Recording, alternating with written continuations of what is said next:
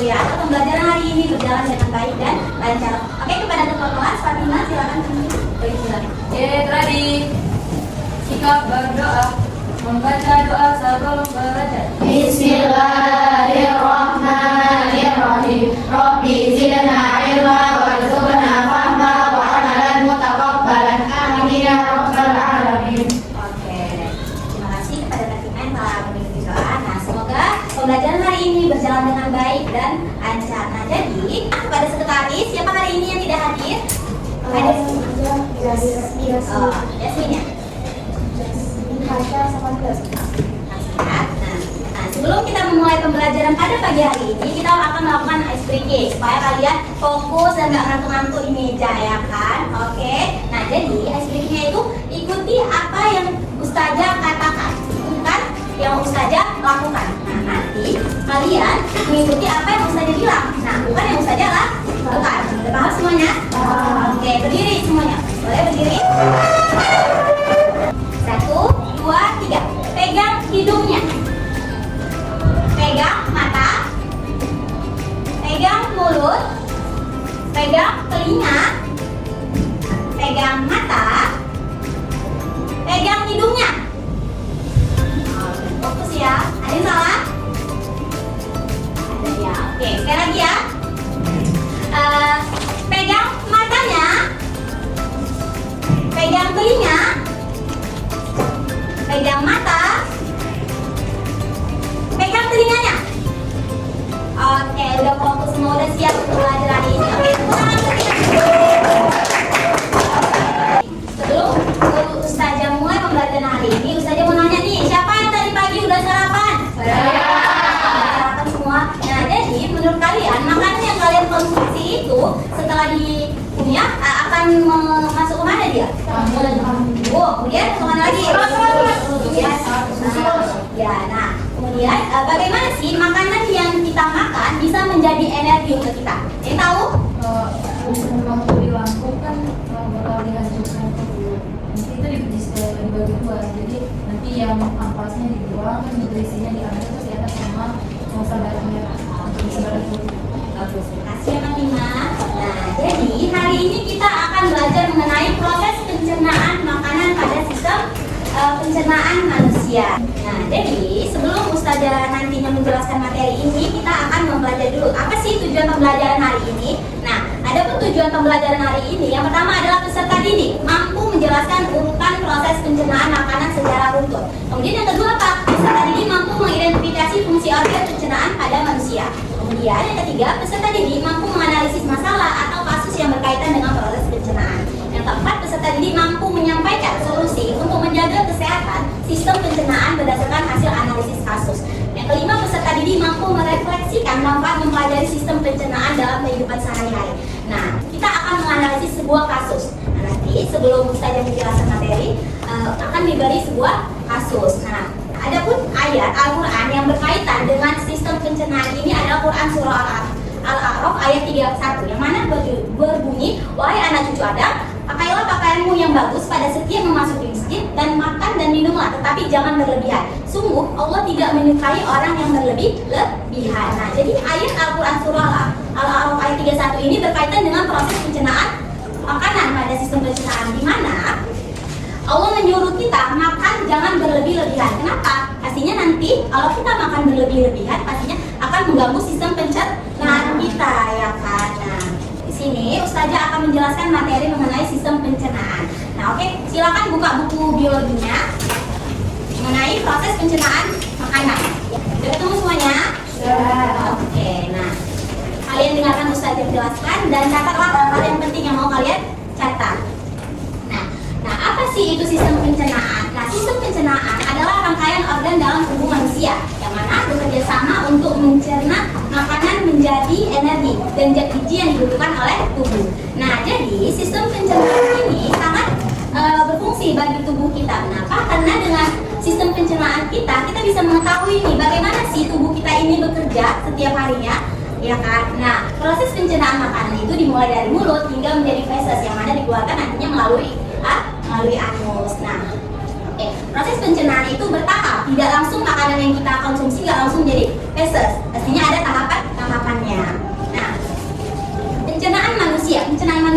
dibagi menjadi dua, pencernaan mekanik dan pencernaan kimiawi. Nah, pencernaan mekanik adalah proses mengubah makanan secara fisik tanpa mengubah zat penyusunnya. Tujuannya apa? Untuk membuat makanan lebih kecil agar mudah dicerna. Nah, proses mekanik ini di mana dia itu melalui proses mengunyah dan mengaduk, yang mana terjadi di mulut dan di lambung. Kemudian pencernaan kimiawi. Pencernaan kimiawi adalah proses pemecahan makanan menggunakan enzim, di mana sehingga berubah menjadi bentuk paling sederhana agar bisa diserap oleh tubuh. Nah, jadi kalau pencernaan kimiawi ini dia itu dilakukan oleh enzim-enzim, dibantu oleh enzim-enzim seperti enzim apa? Enzim amilase, enzim pepsin dan enzim lainnya di dalam sistem pencernaan kita ini. Nah, oke. Nah, kita masuk ke organ pencernaan manusia. Yang pertama ada mulut. Nah, di mulut ini adalah tempat makanan pertama kali masuk. Nah, di mulut ini terjadi pencernaan mekanik dan kimiawi. Nah, pencernaan mekanik ini dia itu diawali proses ketika makanan masuk dikunyah oleh yang namanya gigi. Itulah proses mekanik. Kemudian proses pencernaan kimiawinya itu adalah ketika makanan masuk ke mulut dikunyah, kemudian dibantu dengan air liur, di mana air liur ini mengandung yang namanya enzim amilase. Nah, enzim amilase itu apa berfungsinya? Fungsinya adalah untuk memecah karbohidrat. Kemudian setelah makanan itu masuk ke mulut, kemudian dialirkan ke kerongkongan, ya kan? Nah, di kerongkongan ini makanan ini membawa makanan ke lambung. Setelah sampai di kerongkongan, makanan sampai ke lambung. Nah, di lambung inilah baru terjadi proses pencernaan secara mekanik dan kimiawi juga. Nah, secara mekanik itu seperti apa? Nah, di mana lambung itu dia itu mengaduk semua makanan yang tadi udah turun. Nah, kemudian kalau pencernaan kimiawinya itu ketika lambung ini kan dia menghasilkan asam dan pepsin. Nah, pepsin itu berguna, enzim pepsin ini berguna untuk mengubah memecah yang namanya protein. Kemudian setelah di lambung dia itu turun ke usus halus. Nah, di mana setelah makanan tadi udah dicerna di lambung, kemudian turun di usus halus. Di mana usus halus itu fungsinya adalah menyerap nutrisi makanan. Di mana nutrisi itu dipecah, kemudian diserap oleh dinding-dinding usus halus, kemudian dialirkan ke dalam darah kita. Kemudian setelah itu makanan yang dari usus halus, sisa-sisa makanannya, kemudian kembali ke usus besar, jalannya ke usus besar. Di mana usus besar ini tujuannya berfungsi untuk menyerap air dan membentuk feses. Nah, sisa-sisa makanan itu kan menumpuk, ya kan, menumpuk menjadi feses. Kemudian di feses ini, kemudian di usus besar ini dialirkan lagi ke rektum. Rektum ini fungsinya adalah untuk menyimpan feses sementara. Kemudian dari rektum baru di anus, di mana mengeluarkan feses dari tubuh. Nah, oke, sampai sini ada yang mau ditanyakan? Ada. Nah, jadi organ-organ pencernaan pada manusia ini saling berkaitan. Di mana apabila salah satu organnya itu bermasalah, pastinya nanti akan bermasalah ke yang lainnya. Kan dia dari mulut, kemudian kerongkongan, kemudian lambung, usus halus, usus besar, kemudian sampailah menjadi feses dan dikeluarkan melalui anus seperti itu. Nah, tadi Ustazah udah menjelaskan ya kan. Nah, jadi di sini kita akan memecahkan sebuah kasus di mana kasus ini mengenai sistem pencernaan. Nah, nanti kalian akan menganalisis kasus dan mengerjakan LKPD. Apakah semua kelompok ini udah sesuai dengan Ustazah bilang minggu lalu? Udah semua? Nah, jadi setiap kelompok menganalisis dan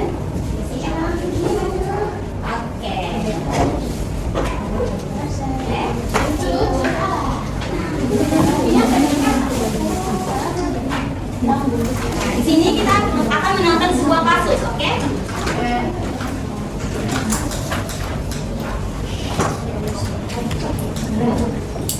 Nah, kalian melihat kasus ini dulu baru bisa mengerjakan LKPD-nya. Gangguan pada usus pencernaan. Kondisi ini yang telah dialami Dewa Putu Surya Adiana Putra, seorang anak balita di bulan Bali. Penyakit ini sudah diidapnya sejak ia lahir 4 tahun lalu. Namun, kondisinya semakin parah sejak 2 bulan terakhir. Perut anak balita ini terus membesar karena tidak mampu lagi untuk buang air besar. Karena kondisi keluarga yang kurang mampu dan ketiadaan uang untuk biaya pengobatan, membuat anak balita ini belum mendapatkan penanganan medis hingga kini. Kalian udah nonton nih kasusnya, di mana seorang balita, seorang anak mengalami perutnya yang membesar. Nah, menurut kalian organ apa sih yang terganggu pada anak itu? Usus apa? Usus halus. Nah, jadi oke. Setelah itu kalian mengerjakan LKPD, di mana kalian menganalisis kasus tersebut. Apa-apa aja sih yang menyebabkan anak tersebut ini, oke? Sudah? Boleh dikerjakan. Kalau ada yang tidak paham, tidak mengerti, tanya di sesi.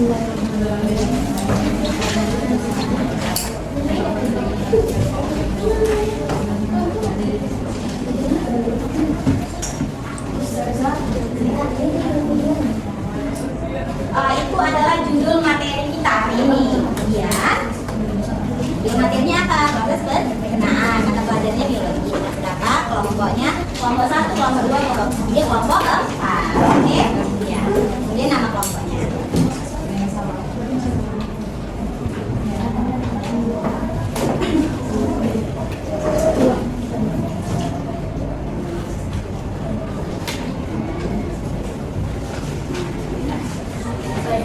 Ya. Di sini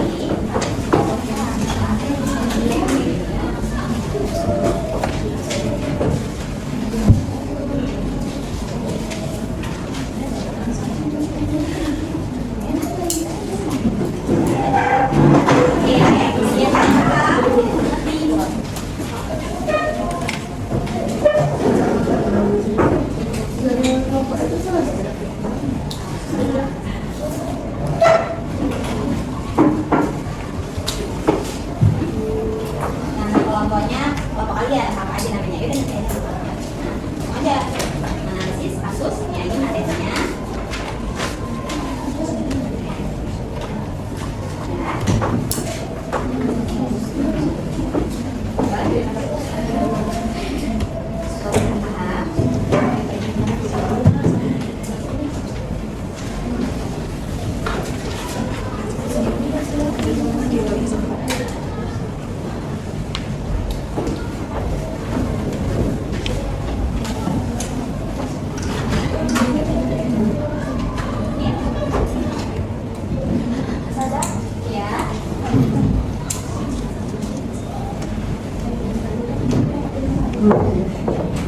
Oke, udah bisa ya.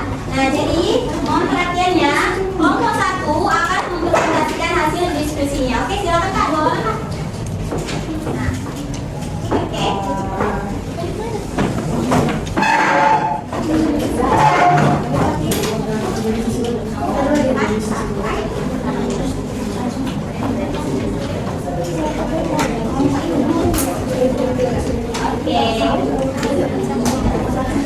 Oke, dengarkan ya temannya.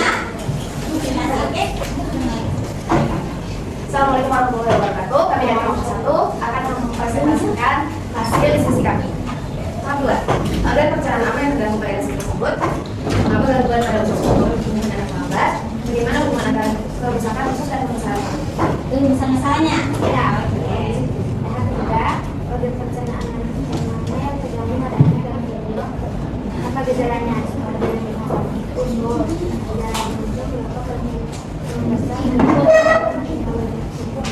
gangguan penyerapan nutrisi dan pertumbuhan. Oke. 2. Bagaimana seharusnya makanan dicerna dari mulut sampai anus? Jelaskan alurnya. Pertama, makanan dikunyah, lalu ke paru, lalu dihaluskan, terus ke usus halus untuk diserap, terus ke usus besar untuk dibentuk menjadi feses, kemudian dikeluarkan sebagai feses. Oke, udah. Kemudian juga usus terganggu bagian pencernaan mana yang ikut terganggu. Ya, Yang terganggu adalah penyerapan karena usus berfungsi menyerap nutrisi. Jika rusak, nutrisi tidak dapat masuk ke darah sehingga tubuh kurang energi. Oke, beri tepuk tangan untuk kelompok 1. Oke, kelompok 2, silakan mempresentasikan hasil diskusinya.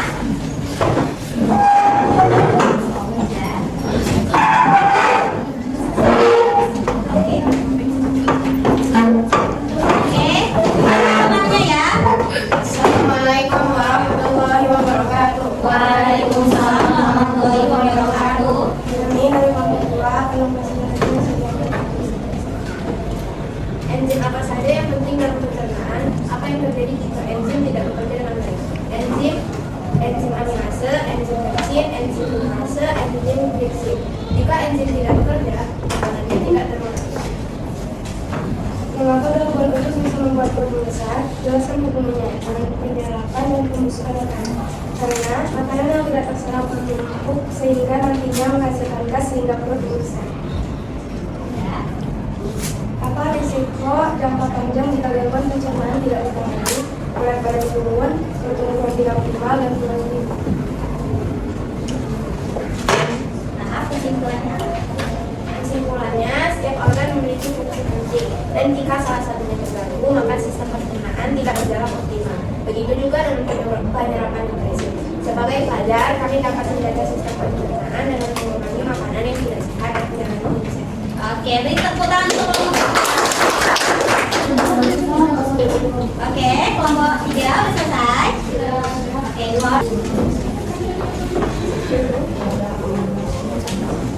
Assalamualaikum warahmatullahi wabarakatuh. Waalaikumsalam warahmatullahi wabarakatuh. Kami dari kelompok 3 akan mempresentasikan hasil diskusi kami. Setelah mencermati kasus di atas, bisa melakukan bagaimana sistem pencernaan dan mengenai kesehatan dan perkembangan anak.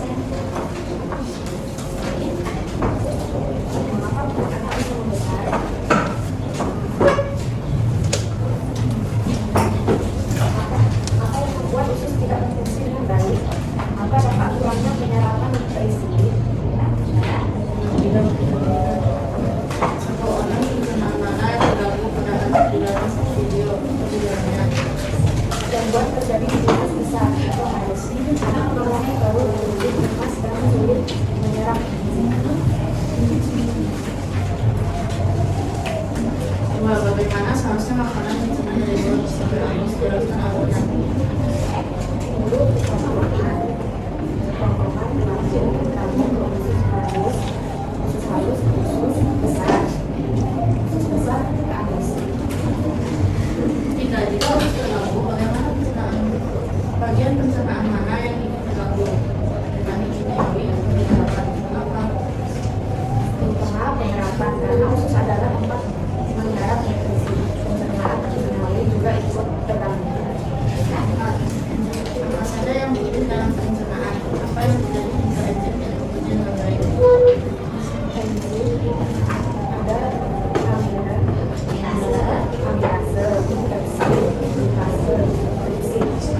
Tanpa enzim, makanan tidak dipecah dan tidak dapat digunakan tubuh.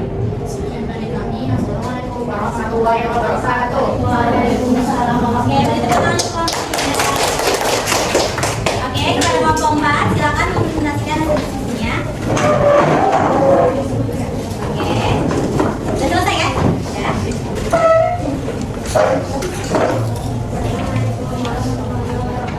Waalaikumsalam warahmatullahi wabarakatuh. Dengan hasil diskusi kami.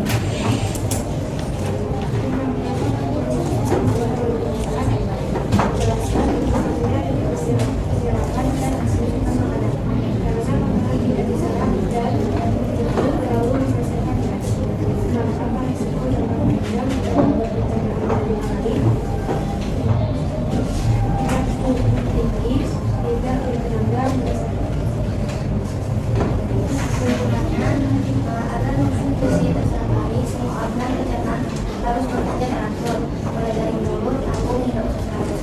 Gangguan pada salah satunya dapat menghambat seluruh proses pencernaan. Sebagai pelajar, kami dapat menjaga kesehatan, pencernaan yang menggunakan gizi, anak kesimpulan konversasi dan kebiasaan nutrisi. Sekian presentasi dari kami. Assalamualaikum warahmatullahi wabarakatuh. Waalaikumsalam warahmatullahi wabarakatuh. Oke, beri tepuk tangan. Baik, terima kasih kepada semua kelompok yang telah menganalisis kasusnya. Nah, jadi sini saja jelaskan kalian.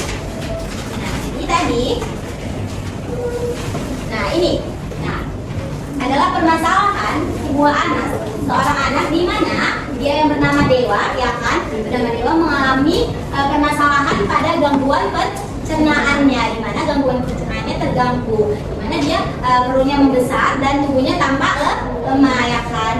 Jadi yang terganggu kan tadi usus halus, ya kan. Nah, usus halus itu kan tadi fungsinya adalah untuk menyerap nutrisi dari makanan. Nah, apabila usus halusnya itu terganggu, maka makanan yang terserap itu tidak berfungsi dengan baik nutrisinya, ya kan. Nah, jadi di mana dia makanan dan minumannya itu, makanan dan cairannya itu menumpuk sehingga perut si Dewa ini membesar, ya kan. Nah, itulah dia terbentuk yang namanya tugas. Nah, jadi setiap organ itu pastinya berkaitan. Apabila organnya itu satu bermasalah, pastinya akan bermasalah ke organ yang lainnya. Oleh karena itu, kita sebagai pelajar, kalian sebagai pelajar harus apa? Harus menjaga pola makannya ya kan. Nah, jangan berlebih-lebihan. Nah, jadi oke, sampai sini ada yang ditanyakan terkait kasus ini? Tidak ada. Nah, jadi kalian sudah mendengar saja beri materi, kemudian udah menganalisis sebuah kasus. Nah, jadi di sini saya memberikan post test. Nah, dimana post test ini untuk mengukur kalian udah paham belum ya kan? Nah, jadi satu orang satu, oke?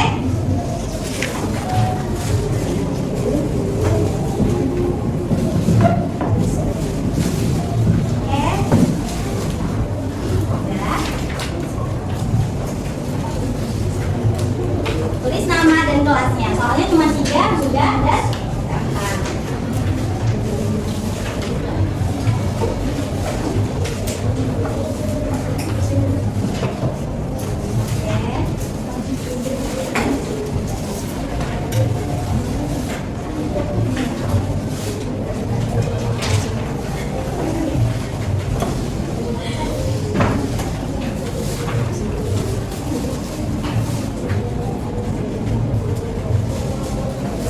Oke, bisa saja tunggu ya 5 menit. Ya. Oh iya, maaf ya.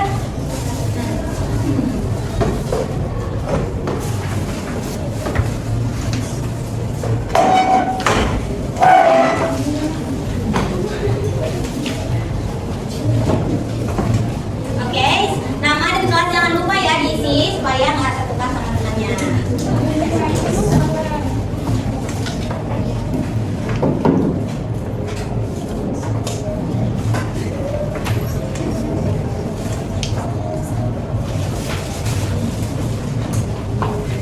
Dan namanya nama lengkap berapa? Nah, lengkap supaya saja nggak bingung nilainya, oke?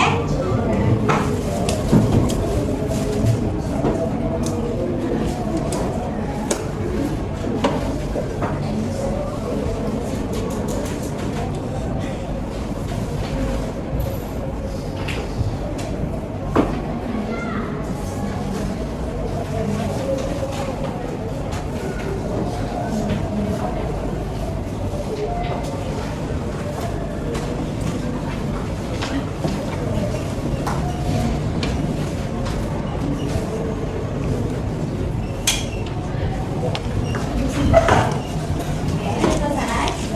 Udah ada yang siap ya? Wow. Oke, makasih Pak Cimo udah selesai. Udah belum? Oke lagi ya? Udah.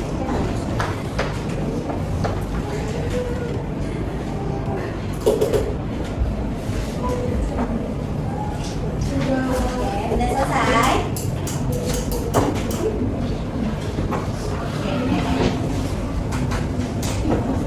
Udah? Udah. Ya, saya tidak nanti.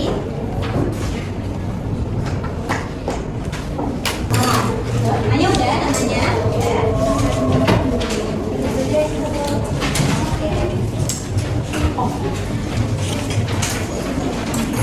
Nah, kalian udah mengerjakan post test ya kan? Nah, baik.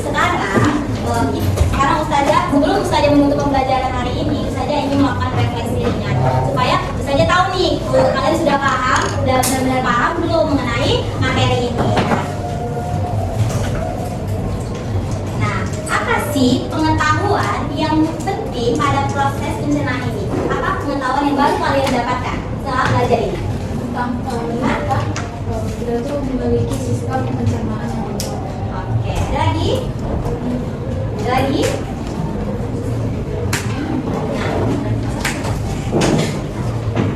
Nah, apa sih poin pentingnya setelah kalian mempelajari ini? Apa yang baru kalian pelajari? Nah, apa sih pentingnya? Nah, proses dan tahapan, ya. Nah, jadi apa aja sih manfaat setelah kalian menerima materi ini yang bisa dikaitkan dengan kehidupan sehari-hari? Ada nggak? Bisa. Nah, kamu? Ternyata dengan cara kita menjaga pola makan, tanpa sadar kita tuh menjaga organ kita agar tetap sehat dan tidak mengalami terganggu. Oke, ada lagi yang bisa manfaatnya apa sih setelah kita belajar ini? Apa?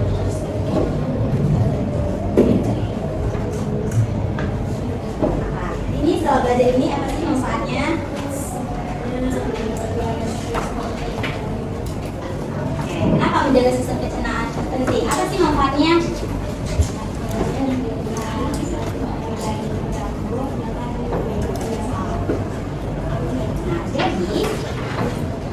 Jadi sistem pencernaan, proses pencernaan itu memiliki tahap-tahapannya. Apabila salah satu organ terganggu, maka akan berpengaruh. Dimana dengan kita mempelajari ini, kita bisa mengetahui manfaatnya. Kita bisa menjaga pola makan, ya kan, pola makan yang benar supaya tidak berlebih-lebihan dalam makan, ya kan. Nah, sebelum Ustazah menutup pembelajaran hari ini, ada nggak yang bisa menyimpulkan semua dari kita menyelesaikan kasus, setelah apa manfaatnya gitu? Ada nggak?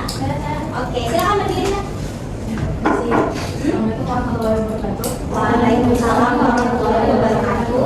Kesimpulannya kita ambil adalah kita kan akan belajar tentang pencernaan manusia. Ternyata manusia memiliki organ-organ pencernaan, yaitu mulut, terus juga kerongkongan, hati, lambung, usus, jantung, dan juga perum dan anus. Maha besar Allah yang telah menciptakan organ-organ tersebut bagi kita. Karena kalau misalnya organ tersebut satu tidak ada atau terganggu, maka dampaknya itu bakal terjadi untuk seluruh organ-organ itu kan, organ-organ yang lainnya. Itu yang dapat saya simpulkan. Oke, terima kasih.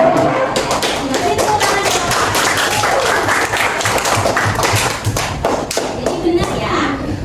Nah, jadi setiap organ sistem pencernaan dari mulut, kemudian kerongkongan, kemudian lambung, usus halus, kemudian usus besar, kemudian ke anus, ya kan. Nah, jadi setiap organ itu pastinya mempunyai fungsinya masing-masing, ya kan. Jadi apabila salah satu organnya rusak, maka akan berpengaruh ke organ yang lain. Dan juga kasus ini, nah dari kasus ini kita bisa belajar bahwa dengan kita mempelajari kasus ini, bahwa kita bisa menjaga kesehatan kita, menjaga pola makan kita, jangan berlebih-lebihan. Seperti dalam surah Al-A'raf tadi ayat 31, Allah mengatakan jangan berlebih-lebihan dalam makanan, kenapa? Nanti akan terganggu sistem pencernaannya. Oke, karena hari ini kalian sudah bisa menyelesaikan kasus, kemudian sudah aktif. Nah, jadi di sini Ustazah akan memberikan reward nih.